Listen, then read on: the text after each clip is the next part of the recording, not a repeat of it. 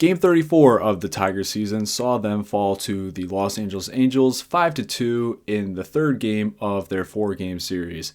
The vibes were kind of set for this game in the second inning. After a situation with 2 outs and a guy on third base, all the Tigers needed to do to get out of the inning was make a routine pop fly catch in right center field, but Kerry, Carpenter, and Greene would collide with each other and the ball would drop and the runner would score, and the Angels were able to get on the board first. That kind of set the tone for how this game was going to go, and the lineup for the Tigers was just not able to string together hits in any meaningful way.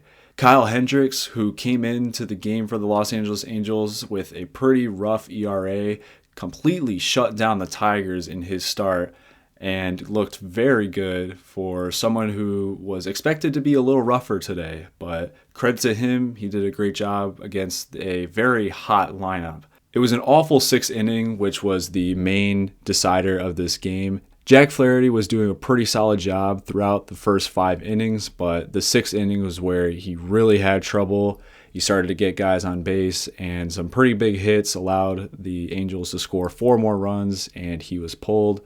He gave up 8 hits and a walk, but he did have 8 strikeouts, so he was getting some whiffs, but it was not a great start from him. Unfortunately, his fastball was just completely not fooling these guys at all, and he was really having to rely on his off-speed pitches to really carry him through his start.